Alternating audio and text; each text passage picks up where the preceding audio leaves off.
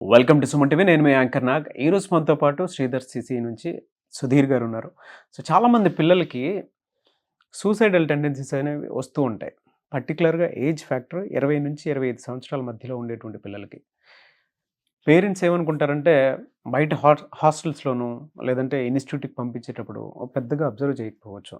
But ఒక పిల్లాడు ఇంట్లో వాళ్ళకి తెలియకుండా సూసైడ్ అటెంప్ట్ చేసుకొని చనిపోయారు అనంటే దానికి కారణాలు మేజర్‌గా ఏముంటాయి?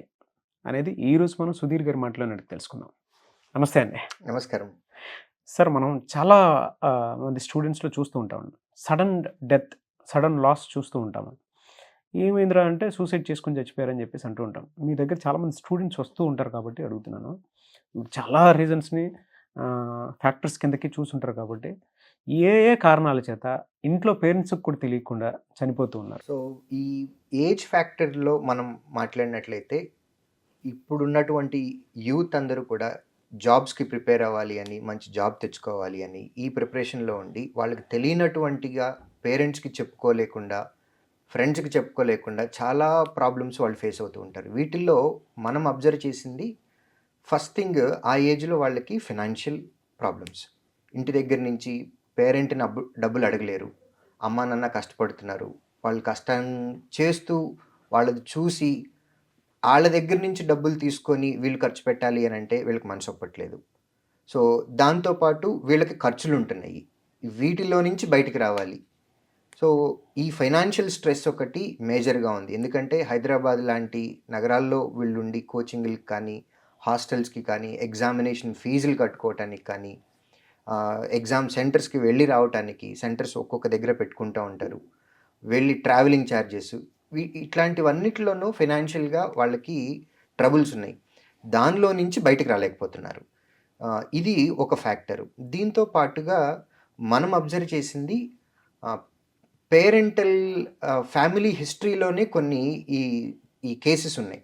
అంటే తాతగారి హయాంలోనో లేకపోతే బాబాయిల దగ్గరో ఫ్యామిలీలో మనం జెనెటికల్ ప్రాబ్లమ్స్ ఎలా అయితే అని అంటామో, అట్లా ఫ్యామిలీ హిస్టరీలోనే కొన్ని గతంలో సూసైడ్ చేసేసుకున్నటువంటి కేసెస్ ఉంటాయి. వాటిని ఇన్స్పిరేషన్‌గా తీసుకుంటున్నారని నేను అనను కానీ, వాళ్ళ జీన్స్‌లో అట్లాంటివి ఉంటాయి. ఆ మైండ్ ఆలోచనలో కూడా స్టూడెంట్ ఎప్పుడైనా ఇబ్బంది పడినప్పుడు ఇమ్మీడియేట్‌గా మైండ్ సూసైడ్ అనే పాయింట్‌ని ట్రిగ్గర్ చేస్తది. సో, ఒకటి ఫ్యామిలీలో ఉండేటటువంటి హిస్టరీ కూడా ఒక ఛాన్స్ అయితే ఉంది. రెండోది స్ట్రెస్ ఒకటుంటుంది. విపరీతమైన మెంటల్ స్ట్రెస్. ఈ మెంటల్ స్ట్రెస్‌లో ఎట్లా ఉంటుంది అనంటే, ఇంటి దగ్గర నుంచి ఫోన్ చేస్తారు. జాబ్ రిజల్ట్ వచ్చిందా?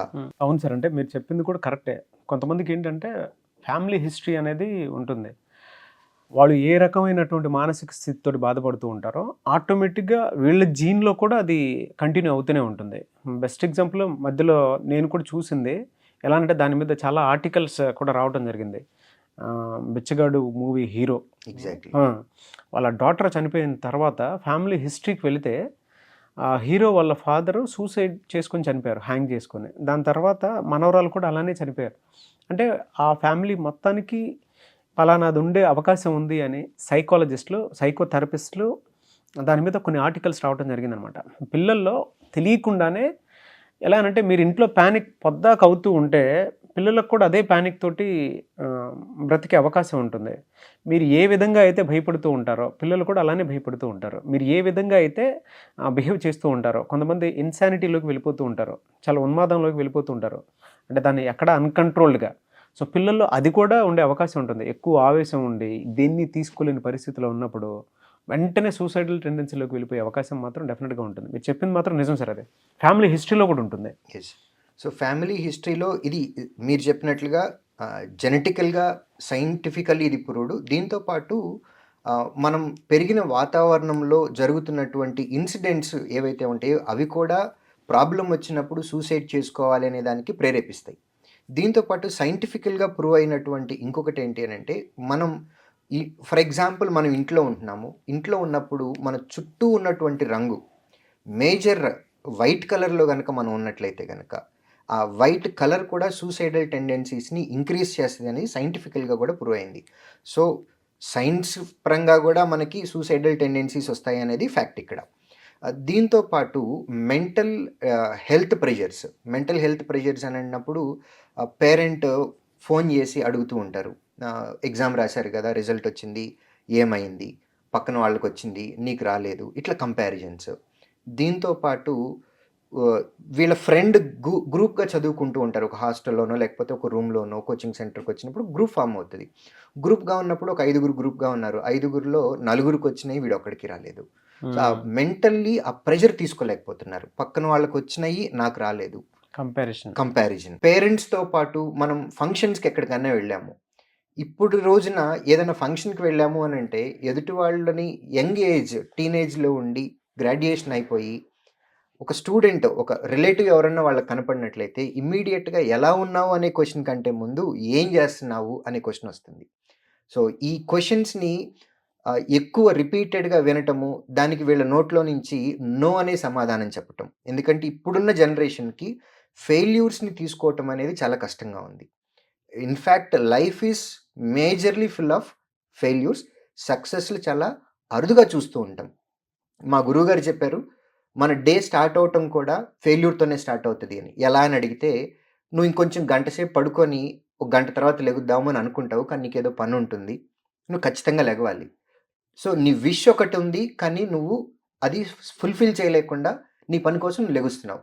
నీకు ఇవాళ బ్రేక్ఫాస్ట్లో అదర్ బ్రేక్ఫాస్ట్ ఏదో తినాలి అని అనుకున్నావు, పూరి తినాలి అని అనుకున్నావు, కానీ ఇంట్లో అమ్మ లేకపోతే వైఫ్ ఇడ్లీ చేసి పెట్టారు. నీ విష్ ఒకటి ఉంది, కానీ జరుగుతున్నది ఇంకొకటి. సో ఇట్లాంటివి కూడా చిన్న చిన్న ఫెయిల్యూర్సే. లైఫ్లో మనకి మేజర్గా ఫెయిల్యూర్స్ ఎక్కువ అవుతాయి, సక్సెస్లు చాలా తక్కువ ఉంటాయి. ఆ సక్సెస్ల కోసమే మనం పనిచేయాలి. ఈ జర్నీలో మన నోట్లో నుంచి నోలు చెప్పటానికి కొంతమంది ఇబ్బంది పడుతూ ఉంటారు. అవి రిపీటెడ్గా చెప్పేటప్పటికి మెంటల్లీ వాళ్ళు ప్రెషర్ తీసుకోలేకపోతున్నారు. దాంతోపాటు ఎగ్జామ్స్కి రాస్తారు, ఇది ఫేజ్ వైజ్గా ఉంటుంది. ప్రిలిమినరీ ఎగ్జామ్, మెయిన్స్ ఎగ్జామ్, తర్వాత ఇంటర్వ్యూ.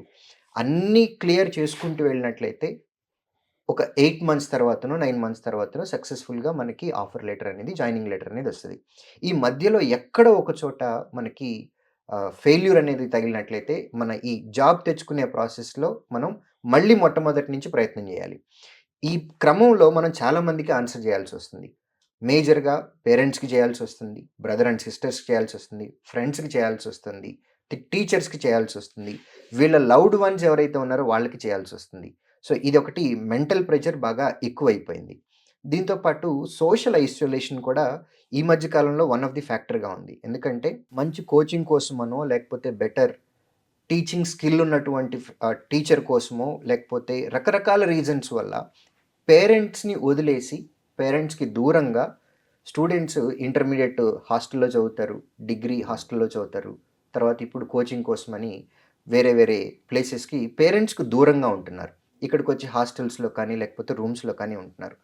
సో వారికి ఎవరితోనూ మాట్లాడాలి, వాళ్ళకి లోపల ఏదైనా బాధ వచ్చింది, బాధ ఎప్పుడైనా సరే ఇంకొక మనిషితోటి చెప్పుకున్నప్పుడు తీరుతుంది. ఆ బాధలు చెప్పుకోవటానికి మనుషులు ఎవరు లేకుండా ఉంటున్నారు. సోషల్గా వాళ్ళు ఐసోలేట్ అయిపోతున్నారు. మన మనిషిలో ఒక బాధ ఏదైనా ఉంది అని అనుకున్నప్పుడు అది పక్కన వాళ్ళతో పంచుకున్నప్పుడు ఆ బాధని ఫస్ట్ థింగ్ మనసులో నుంచి మనం బయటకు వ్యక్తపరుస్తున్నాం కాబట్టి ఒక బాధ అనేది కొంచెం తగ్గుతుంది. రెండోది, దానికి సొల్యూషన్ మన దగ్గర లేకపోతే మనం ఎవరితోటైతే పంచుకున్నామో వాళ్ళ దగ్గర నుంచి కూడా మనకు సొల్యూషన్ వచ్చే ఛాన్స్ ఉంది.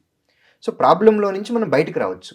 అలా బయటకు రాలేక సోషల్గా ఇండిపెండెంట్ అయిపోయి, ఇండిపెండెంట్ వేరు మరలా, ఇక్కడ ఇండిపెండెంట్ కాకుండా ఐసోలేట్ అయిపోతున్నారు. స్వేచ్ఛ వేరు. సింగిల్గా ఒక రూమ్లో కూర్చొని మనం ఉంటే దానిలో నుంచి మనకి కొత్త కొత్త ఆలోచనలు అనేవి పుడతాయి. ఒంటరితనము అంటాము దాన్ని. అలా కాకుండా ఇక్కడ ఐసోలేట్ అయిపోతున్నారు. ఐసోలేట్ అయిపోయినప్పుడు ఏంటి అని అంటే మైండ్ మీద ప్రెషర్ ఎక్కువ అవుతుంది. ఒక ప్రాబ్లంకి ఇంకొక ప్రాబ్లము లింక్ లేకుండా, సంబంధం లేకుండా ఒకదానికొకటి ఆలోచించుకుంటూ స్ట్రెస్ ఫీల్ అయిపోతున్నారు. సో ఐసోలేట్ అవటం అనేది కూడా వన్ ఆఫ్ ది ఫ్యాక్టర్ అని అనుకోవచ్చు. రెండోది కంపారిజన్ అనేది వస్తుంది. కంపారిజన్ ఇక్కడ కూడా పేరెంట్ ఎప్పుడైనా కంపేర్ చేసేటప్పుడు మీ ఫ్రెండ్లోనో, అంటే మీ బాబు లేదా పాప వాళ్ళ ఫ్రెండ్ని ఎగ్జాంపుల్గా చూపించి XYZ ఎలా చదువుతున్నారు, వాళ్ళకి ఇన్ని మార్కులు వచ్చినాయి, వాళ్ళకి పలానా దానిలో ఉద్యోగం వచ్చింది, 5 లక్షల ప్యాకేజీ, నెలకి 50,000 జీతము, వాళ్ళకి పెళ్ళైపోయింది, ఇట్లాంటి కంపారిజన్స్ చేస్తున్నారు. నువ్వు ఇలా అయిపోయావు, నీ ఫ్రెండ్ పలానా వాళ్ళని చూసి నేర్చుకో, వాళ్ళలాగా ఉండు. వాళ్ళలాగా ఎవరు ఉండలేరు. ప్రతి మనిషికి ఒక ఇండివిడ్యువాలిటీ ఉంది. సో మనిషి ఫేజ్లో కొంతమందికి చిన్నప్పుడే స్ట్రైక్ అవుతుంది, మైండ్ యాక్టివేట్ అవుతుంది. అంటే వాళ్ళకి అన్నీ ఏమేం చేయాలి, కరెక్ట్ ఏంటి, తప్పేంటి, మన గోల్ ఏంటి, మనం ఏమవ్వాలి, మనం ఏం చేయాలి అనే క్లారిటీ చిన్న వయసులోనే కొంతమందికి వస్తుంది. కొంతమంది ఫ్యామిలీలో డిస్కషన్స్ వల్ల చిన్నప్పుడే నువ్వేమవుదాం అని అనుకున్నావు అంటే, మన చిన్నప్పుడు మనం చెప్పినట్టుగా డాక్టర్ అనో, ఇంజనీర్ అనో, లేకపోతే యాక్టర్ అనో, పోలీస్ అనో, కలెక్టర్ అనో ఇట్లాంటివి చెప్తూ ఉంటారు. సో మెచ్యూరిటీ లెవెల్స్ కొంతమందికి స్కూలింగ్లో ఉన్నప్పుడు వస్తాయి, కొంతమందికి ఇంటర్మీడియట్ చదివేటప్పుడు వస్తాయి, కొంతమంది గ్రాడ్యుయేషన్ చదివేటప్పుడు వస్తుంది, కొంతమంది గ్రాడ్యుయేషన్ అయిపోయాక వస్తుంది, కొంతమంది జాబ్ చేసేటప్పుడు వస్తుంది, కొంతమందికి పెళ్ళి అయిన తర్వాత వస్తుంది, కొంతమందికి పిల్లలు పుట్టిన తర్వాత వస్తుంది. సో ఈ మెచ్యూరిటీ లెవెల్ స్టూడెంట్లో ఏ ఫేజ్లో వస్తుంది అనేది ఎవరికీ తెలియదు, కానీ ఏదో ఒక ఫేజ్లో గ్యారంటీగా వస్తుంది. ఆ వచ్చేంత వరకు వాళ్ళని కాపాడుకుంటూ వాళ్ళకి సపోర్ట్ ఇస్తూ ఉండటమే మన పేరెంటింగ్లో ఉండేటటువంటి బాధ్యత. నెక్స్ట్ స్టూడెంట్ ఫేజ్గా ఉన్నప్పుడు వీళ్ళు కూడా వాళ్ళ ఫ్రెండ్ తోటి కంపేర్ చేసుకుంటూ ఉంటారు. డిగ్రీ చదువుకునేటప్పుడు గ్రాడ్యుయేషన్లోనో మన క్లాస్లో మనం టాపర్ అవ్వలేదు, సెకండ్ టాపర్ ఉన్నాము, ఫస్ట్ టాపర్ అవ్వట్లేదు, మార్కులు 1 మార్క్ డిఫరెన్స్, నాకెందుకు రాలేదు, మెంటల్గా ప్రెషర్ తీసుకుంటున్నాం. నెక్స్ట్ ఉద్యోగం చేసేటప్పుడు ఉద్యోగం కోసం మనం ప్రిపేర్ అవుతున్నప్పుడు ఎంట్రన్స్ టెస్ట్ రాస్తున్నాము. ఇప్పుడున్న కేసుల్లో పాత రోజుల్లో ఏంటండి 1 మార్క్ తోటి ఉద్యోగం పోగొట్టుకున్న కేసులు ఉన్నాయి. కానీ ఇప్పుడున్నటువంటి ట్రెండ్ ప్రకారం మీరు చెప్తే నమ్మరు, 0.01 మార్క్ 0.01 మార్క్ తోటి ఉద్యోగాలు పోతున్నటువంటి క్యాండిడేట్స్ని మేము లైవ్లో చూస్తున్నాం. 0.01 మార్క్ అనేది చాలా చాలా ఇంపార్టెంట్. సో ఒలింపిక్స్లో 0.01 సెకండ్ ఎంత ఇంపార్టెంటో ఇప్పుడున్నటువంటి కాంపిటేటివ్ ఎగ్జామ్స్లో 0.01 మార్క్ కూడా అంతే ఇంపార్టెంట్. ఆ ఒక్క 0.01 మార్క్ రాకపోవటం వల్ల ఉద్యోగం రానటువంటి కేసెస్ ఎవరైతే ఉన్నారో వాళ్ళకి విపరీతమైన మెంటల్ ప్రెషర్ ఉంది, మెంటల్ స్ట్రెస్ ఉంది. సో ఇట్లాంటి కేసెస్ ఈ కంపారిజన్లు తీసుకొని, ఎందుకంటే దీనిలో నాకు తెలిసిన ఒక ఎగ్జాంపుల్ కూడా నేను చెప్తాను. విజయవాడలో జరిగిన ఇన్సిడెంట్ ఇది. కాలేజ్ పేరు, స్టూడెంట్ పేరు నేను చెప్పదలుచుకోలేదు. మెడికల్ కాలేజ్లో ఫైనల్ ఇయర్ చదువుతున్న medical student, bright student, mother father ఇద్దరు కూడా doctors, well settled family, well known family. ఆ స్టూడెంట్ ఫైనల్ ఇయర్ ఎగ్జామ్స్ రాశాడు. రాసిన తర్వాత త్వరలో రిజల్ట్స్ రాబోతున్నాయి. తను రాసిన ఎగ్జామ్స్లో నేను సరిగా రాయలేకపోయాను అనే దిగులు తనలో ఉంది. ఎగ్జామ్ సరిగా రాయలేకపోయాను, నాకు మంచి మార్కులు రావేమో, ఇప్పటి వరకు బ్రైట్ స్టూడెంట్గా ఉన్న నేను ఇప్పుడు ఫైనల్ ఇయర్లో ఒక సబ్జెక్ట్ ఫెయిల్ అయిపోతానేమో అని తనలో తను మదన పడిపోతూ ఉన్నాడు. ఇటుపక్క ఫ్యామిలీ చూస్తే మదర్ ఫాదర్ ఇద్దరు డాక్టర్స్, చాలా పెద్ద ఫ్యామిలీ, వెల్ సెటిల్డ్ ఫ్యామిలీ. తనకున్నటువంటి బాధని పేరెంట్స్ తోటి ఎక్స్ప్రెస్ చేయలేకపోయాడు, తనలో తనే కుమిలిపోతూ ఉన్నాడు. వన్ ఫైన్ డే తను సూసైడ్ చేసుకొని చనిపోయాడు. పిటి ఏంటి అంటే ఈ విషయంలో వెరీ నెక్స్ట్ డేనే, తను ఏ రోజైతే చనిపోయాడో నెక్స్ట్ డేనే రిజల్ట్స్ వచ్చినాయి. ఆ రిజల్ట్స్లో తను కాలేజ్ టాపర్. మనం అనుకున్నది, మనం ఒక ప్రాబ్లం ఉంది అని అనుకున్నప్పుడు దాన్ని బేస్ చేసుకొని మనలో మనమే స్టూడెంట్ కుమిలిపోతూ ఉంటాడు. నెక్స్ట్ ఇప్పుడు ఉన్నటువంటి దానిలో డిప్రెషన్ అనేది బాగా ప్రాబ్లం ఫేస్ చేస్తున్నారు ఈ పర్టిక్యులర్ జనరేషన్. ఎందుకంటే వాళ్ళకి మూడ్ స్వింగ్స్ అనేవి బాగా విపరీతంగా ఉంటున్నాయి. ఎందుకంటే చిన్నప్పటి నుంచి పెరిగిన వాతావరణంలో నోలు చూడకుండా, ఫెయిల్యూర్స్ చూడకుండా ఆల్ ఆఫ్ సడన్ కోచింగ్కి వచ్చి, ప్రిపరేషన్కి వచ్చి, ఎగ్జామ్ రాసి ఎగ్జామ్లో ఫెయిల్ అయినప్పుడు వాళ్ళు ఆ ప్రెషర్ని డిప్రెషన్గా మారిపోతుంది, స్ట్రెస్ అవుతుంది. ఇనీషియల్ ఫేజ్లో ఫస్ట్ ఫెయిల్యూర్ వస్తుందండి, ఆ ఫెయిల్యూరు స్ట్రెస్ అవుతుంది. స్ట్రెస్ హ్యాండ్లింగ్ కుదరకపోతే అదే డిప్రెషన్ అయిపోతుంది. ఈ డిప్రెషన్లోకి వెళ్ళిపోయి పిల్లలు ఎట్లాంటి పరిస్థితుల్లోకి వెళ్ళిపోయారంటే, ఇంకా నా వల్ల కాదేమో, నేను చేయలేనేమో, నేను చేతగాని వాళ్ళలాగా ఉండిపోతున్నాను, ఇప్పటి వరకు నేను అన్నిట్లోనూ ఫస్ట్ వచ్చాను, ఇప్పుడు నేను ఫెయిల్ అవుతున్నాను, నా టైం బాగాలేదు, పేరెంట్స్కి ఎలా సమాధానం చెప్పుకోవాలి, ఇట్లాంటివన్నీ కూడా వన్ బై వన్ స్ట్రెస్ లాగా యాడ్ అయిపోయి ఈవెన్చువల్గా అది డిప్రెషన్లోకి వెళ్ళిపోయి సింగిల్గా ఉన్నప్పుడు లేదా ఏదో ఒక వీక్ మూమెంట్లో సూసైడల్ టెండెన్సీస్లోకి వెళ్ళిపోయి సూసైడ్ చేసేసుకుంటున్నారు.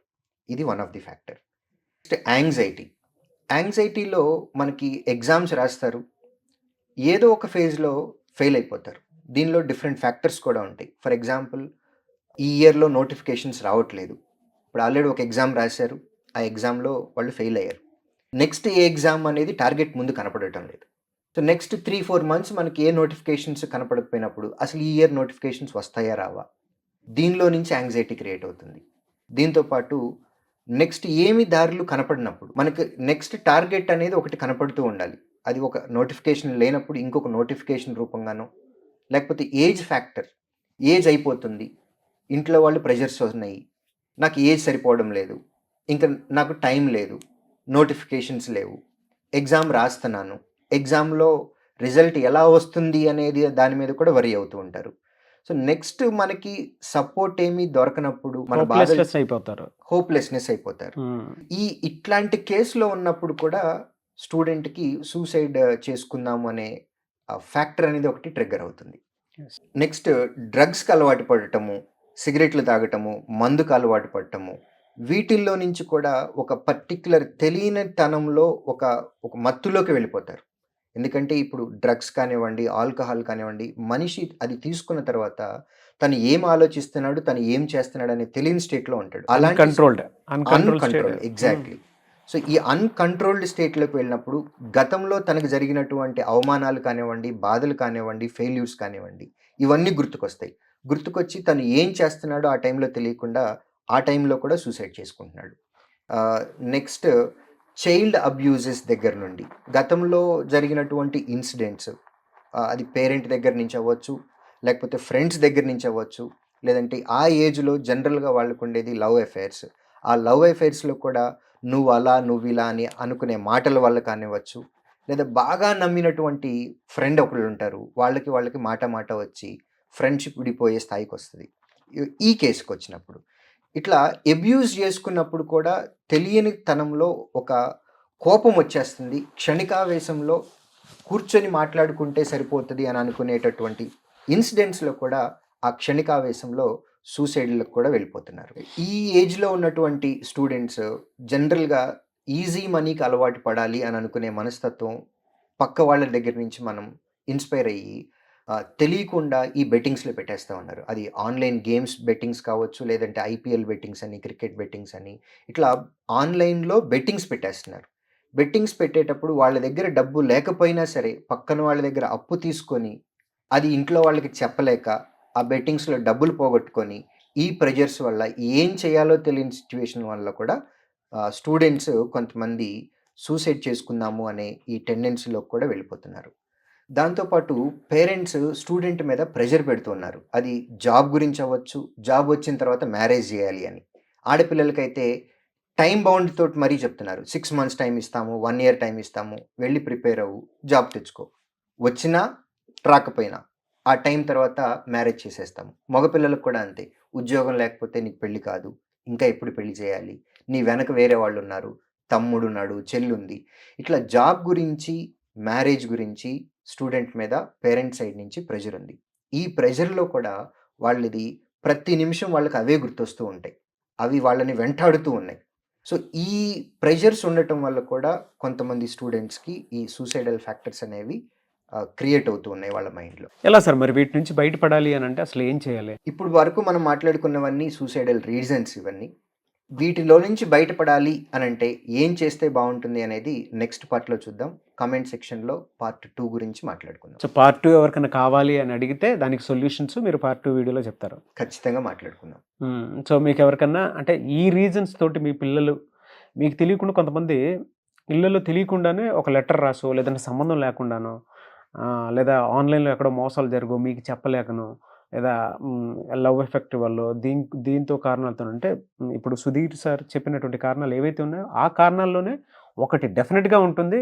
అది మీరు ఐడెంటిఫై చేయలేకపోవచ్చు, బట్ ఈ వీడియోని మాత్రం ప్రతి టీచర్స్, ప్రతి స్టూడెంట్, ప్రతి ఇళ్లల్లో కనుక దీన్ని వైరల్ చేసి చూపిస్తే ఎక్కువగా మేజర్ ప్రాబ్లం 20 సంవత్సరాల నుంచి 25 సంవత్సరాల వరకు పిల్లలు పడేటువంటి మానసిక వేదనది.